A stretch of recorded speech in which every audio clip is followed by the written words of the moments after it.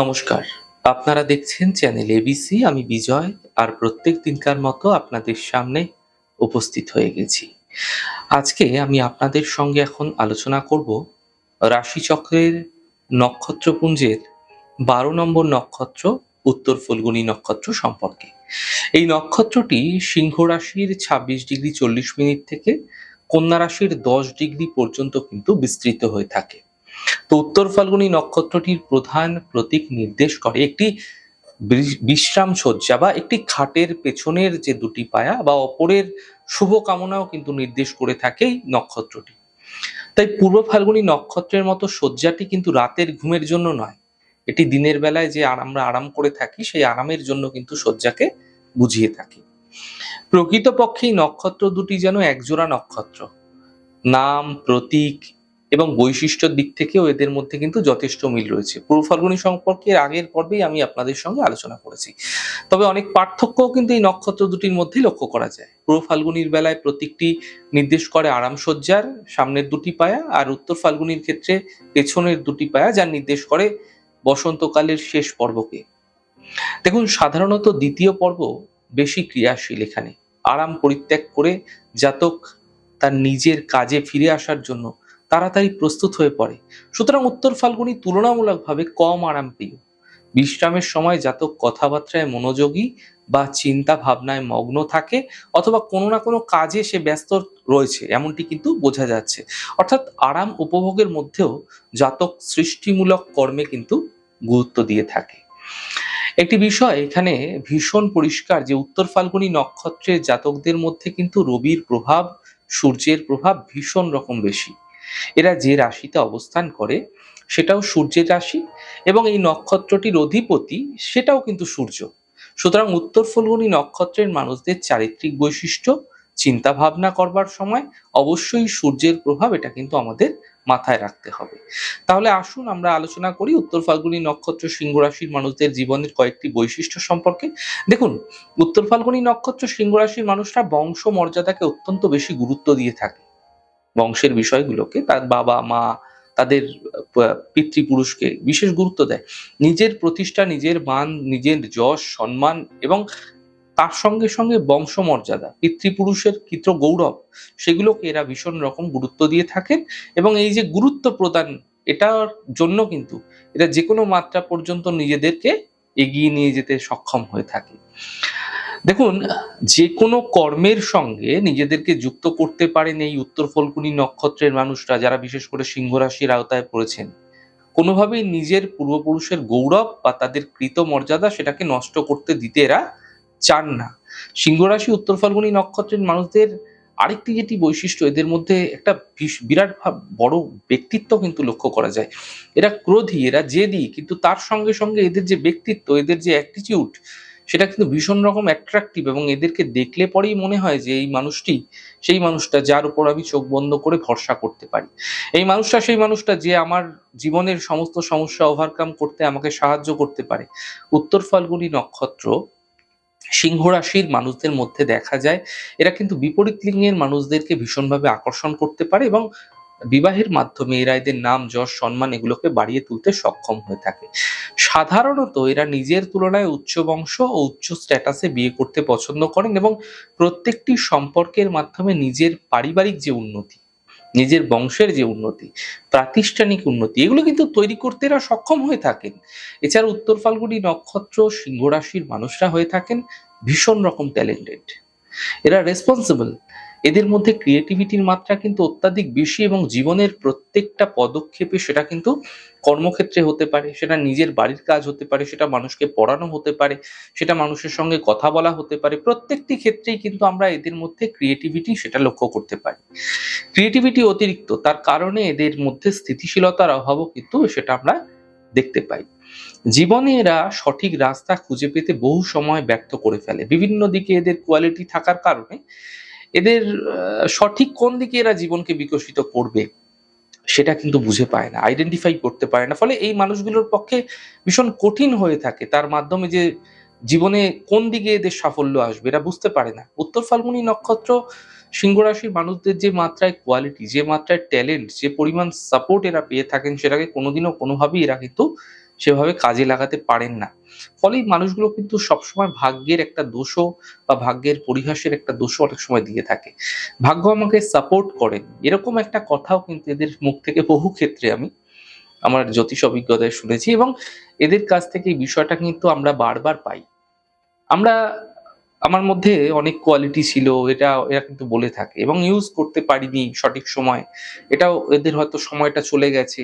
এটাও ওরা বলে থাকে। কারণ এরা দেখুন, বেশিরভাগ ক্ষেত্রে ভাগ্যকে এরা দোষ দিয়ে থাকলেও বেসিক্যালি মানুষগুলোর মধ্যে না এত ধরনের কোয়ালিটি থাকে, এত ট্যালেন্টেড হন এরা, এত দ্রুত এরা শিখতে পারেন যে এদের পক্ষে কোনো একটা ফিক্সড বিষয় স্থির হয়ে থাকা সেটা কিন্তু ভীষণ ভীষণ রকম কঠিন হয়ে থাকে। এই নক্ষত্রের জাতকদের চারিত্রিক বৈশিষ্ট্য হলো একটা উদার উদার প্রকৃতির এরা। দয়া এবং বন্ধুত্ব পরায়ণতা এদের মধ্যে ভীষণভাবে দেখা যায়। এই জাতক কর্মে কিন্তু নিপুণতা রেখে যায়। যেকোনো কাজই করুক না কেন, তার কাজের মধ্যে নিখুঁততা থাকবে, নিপুণতা থাকবে। ফলে অন্যের প্রশংসা এরা পেয়ে থাকে। বিশ্বস্ততা এবং সাহায্যের মনোভাবের জন্য জাতক অনেক সময় জনপ্রিয় হয়ে থাকে। এদের চরিত্র একটা সাহসিকতা সম্পন্ন, একটা সহনশীলতা সম্পন্ন, উচ্চাকাঙ্ক্ষা তো এদের মধ্যে থাকছেই, এবং ন্যায়ের সঙ্গে সংগ্রাম প্রবণতা লক্ষণীয় হয়ে থাকে এদের জীবনে। এবং আধ্যাত্মিক উন্নতি এবং মানসিক প্রসারতা জাতককে অনেক উন্নত স্তরে কিন্তু নিয়ে যায়। জাতকের মধ্যে কখনো কখনো দেখা যায় এদের মুখ্য প্রেরণা মোক্ষ লাভ। এছাড়া উত্তর ফাল্গুনী নক্ষত্র সিংহ রাশির মানুষদের মধ্যে না একটা প্রতিযোগিতামূলক ভাব সবসময় দেখতে পাওয়া যায়। মানে সামনের দিকে এগিয়ে আসার চেষ্টা, নিজেকে প্রকাশ করার আগ্রহ, সেটা কিন্তু এই নক্ষত্রের মানুষদের মধ্যে ভীষণ থাকে, যেটা আমরা মঘার মধ্যে পাই না। মঘার মধ্যে কি পাই আমরা? পিছিয়ে থাকা, অর্থাৎ তার মধ্যে কোয়ালিটি থাকলেও সে কিন্তু ডার্ক সাইডের মধ্যে থাকে, অর্থাৎ একটা অন্ধকার আচ্ছন্ন জায়গার মধ্যে থাকে। কিন্তু এ কিন্তু অর্থাৎ উত্তর ফাল্গুনী কিন্তু নিজেকে চরমভাবে প্রকাশ করতে পারে। এছাড়া উত্তর ফাল্গুনী নক্ষত্র সিংহ রাশির মানুষরা ইন্ডিপেন্ডেন্ট হতে ভালোবাসে। এরা কারোর উপর নির্ভরশীলতা কিন্তু রাখে না। বহু ক্ষেত্রে এই কোয়ালিটির জন্য, এই বৈশিষ্ট্যের জন্য এদের বিবাহিত জীবনে অশান্তি নেমে আসে। কাউকে মেনে নেওয়া, কারোর ভুলকে স্বীকার করে নেওয়া, এগুলো কিন্তু উত্তর ফাল্গুনীর দ্বারা কখনোই হয় না। এবং সেই কারণে এদের মধ্যে একটা ভুল বোঝাবুঝির সৃষ্টি হয়। বহু ক্ষেত্রে দেখতে পাওয়া যায় যে উত্তর ফাল্গুনী নক্ষত্রের মানুষ তারা ডমিনেট করতে চান, আর যদি ডমিনেট করতে সাকসেসফুল না হন, সেই ক্ষেত্রে সম্পর্ক থেকে বেরিয়ে আসতে বাধ্য হন এরা। কারণ এদের পক্ষে কাউকে টলারেট করা কিন্তু সম্ভব নয়। কাউকে মেনে নিচ্ছি, অ্যাডজাস্ট করে নিচ্ছি খুব বেশি সময়, এটা কিন্তু সম্ভব নয়। ভালোবাসার ক্ষেত্রে, রিলেশনের ক্ষেত্রে কখনো এরা অ্যাডজাস্ট করে নেয়, কিন্তু খুব বেশি সময় কিন্তু সেটা পারে না। এই বিষয়গুলো কিন্তু উত্তর ফাল্গুনীর ক্ষেত্রে একদম দেখতে পাওয়া যায় না।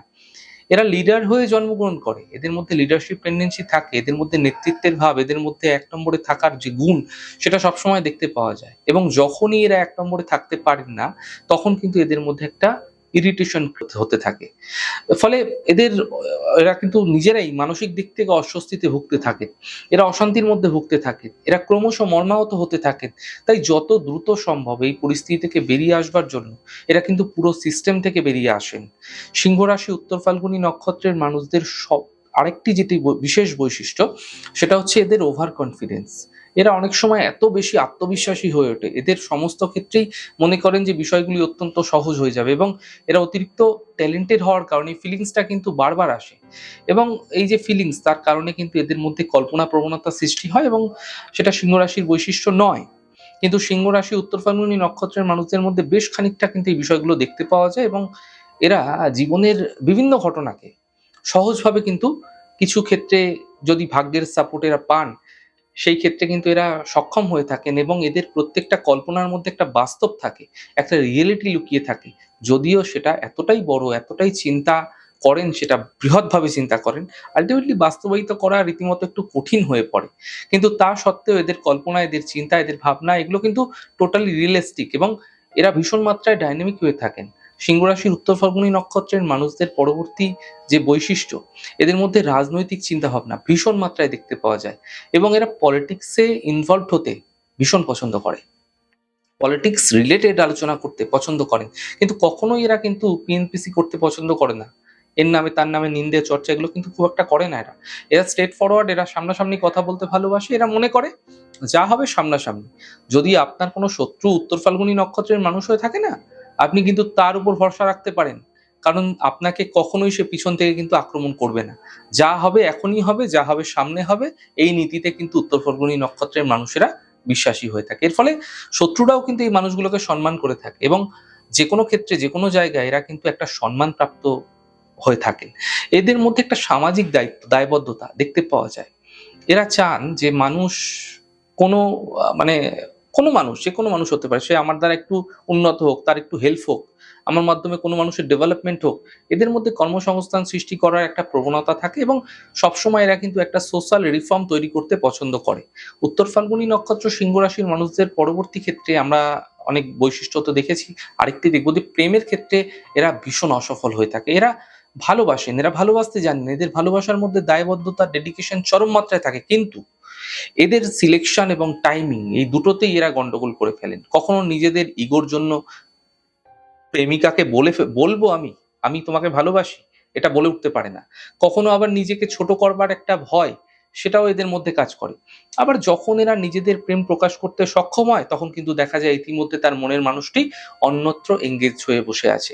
ফলে এই মানুষগুলো কিন্তু প্রেমের ক্ষেত্রে জীবনে বারবার ব্যর্থতা এছাড়া বিভিন্ন রকমের সমস্যার সম্মুখীন হয়ে থাকে। উত্তর ফাল্গুনী নক্ষত্রের মানুষেরা ভীষণ রকম জেদি, ভীষণ রকম মানে কি বলবো, একটা সৎ নীতিতে এরা কিন্তু বিশ্বাসী। তারা তাদের জীবনের একটা নির্দিষ্ট দর্শন অবলম্বন করে পথ চলতে আগ্রহী হয়ে থাকে। তাদের একটা সলিড এথিক্স থাকে। সেখান থেকে তারা সহজে নিজেকে সরাতে পছন্দ করেন না। উত্তর ফাল্গুনী নক্ষত্রের মানুষদের মধ্যে গণিত, ম্যাথামেটিক্স, হিসাবপত্র সংক্রান্ত আগ্রহ ভীষণ দেখতে পাওয়া যায়। উত্তর ফাল্গুনী নক্ষত্র সিংহ রাশির মানুষেরা কিন্তু ভীষণ রকম লজিক্যালও হয়ে থাকে। এরা প্রত্যেকটা বিষয়ের পিছনে একটা লজিক, একটা যুক্তি এগুলো খুঁজে বার করার চেষ্টা করেন।